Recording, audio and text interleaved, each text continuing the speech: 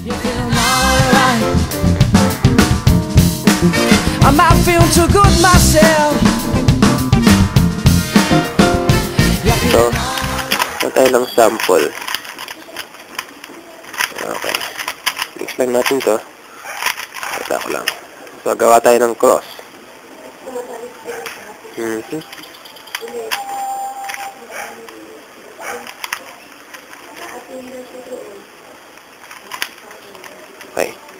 So, may cross na tayo. Ito yung query, unahin natin to. Dito siya sa tamang pwesto niya. Puti ito, hanapin yung kapartner niya. Ito. Ilagay natin siya dyan. Paglagay dyan, green to, itago natin siya dun sa orange. Sabay ito, ilagay natin sa kanya. Lugtong natin dyan. So, magkasama na sila, case 1. Q. So, tapos na to. Hindi pa tayo dito. Ito yung corner niya. Nasaan yung kapartner niya? Ito yung kapartner niya. Parehas ang kulay. Ito, white nandito, nakaturo doon. So, case 3 natin yan. Ibig sabihin, dito mo siya tatago. Lagyan mo dyan. Tago mo saglit. At itatabi natin itong green na sa kanya. Edge. Kung i-restore mo, case 1 ulit. Diba? So, lagi ka na nalagay sa slot. Next slot. Dito. Ito na naman. Puti sa taas. Pag puti sa taas, ito yung case 2. Hanapin natin yung kapartner niya. Ito. Tapos blue to. Ilagay mo siya sa blue.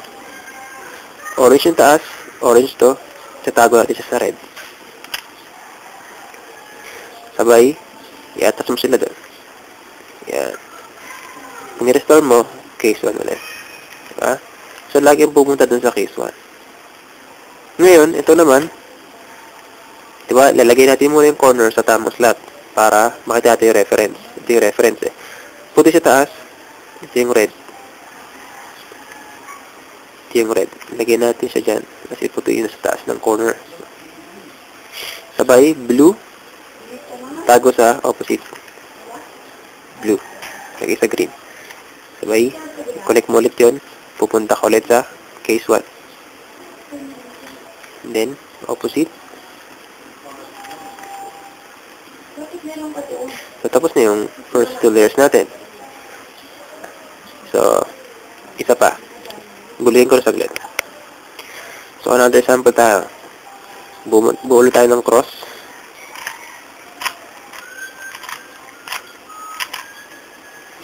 Ayan. So, may cross na tayo.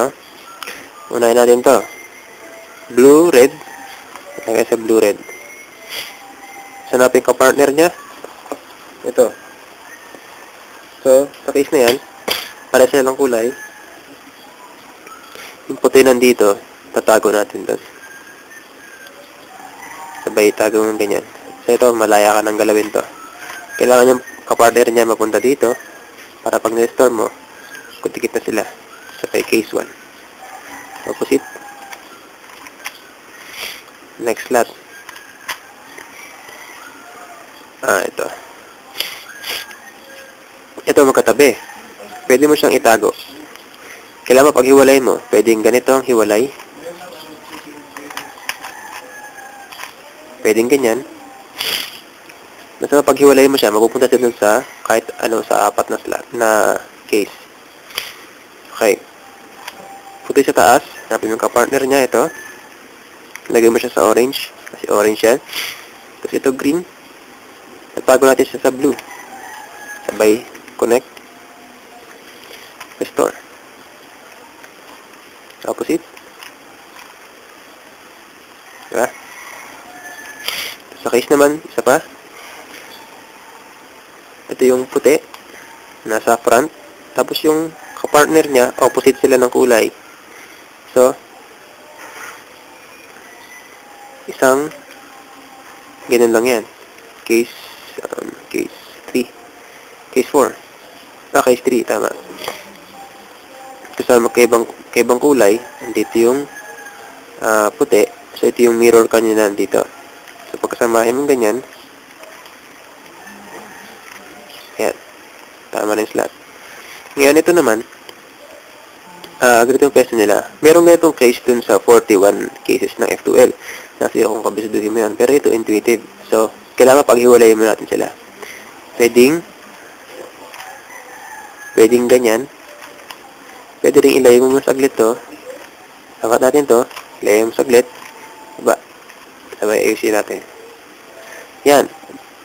Hanap yung ka-partner niya. Pareho silang green. Tapos yung white nandito. So, dito siya dapat magtatago. Ilagay mo dyan. Tatago mo. Sabay, ididikit mo yung edge niya dito.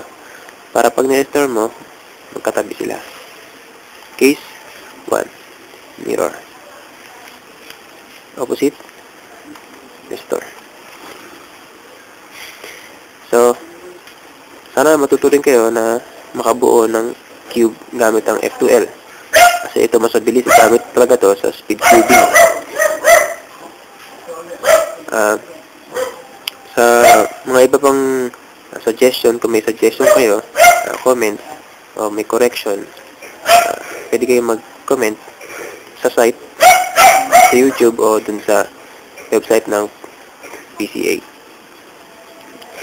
So, practice lang kailangan sa F2L. Ako hindi pa masyado mabilis. Ka-practice pa rin ako. Susunod niyan, para mabilis kayo, kailangan nyo ng tulok. Sabihin, habang ginagawa nyo yung isa nito, habang ginagawa nyo ganyan, hinahanap nyo na yung ibang kulay na pagkasamahin sa susunod. So, ayun yung tips dun sa speed cubing. So, ganun na lang. Thank you.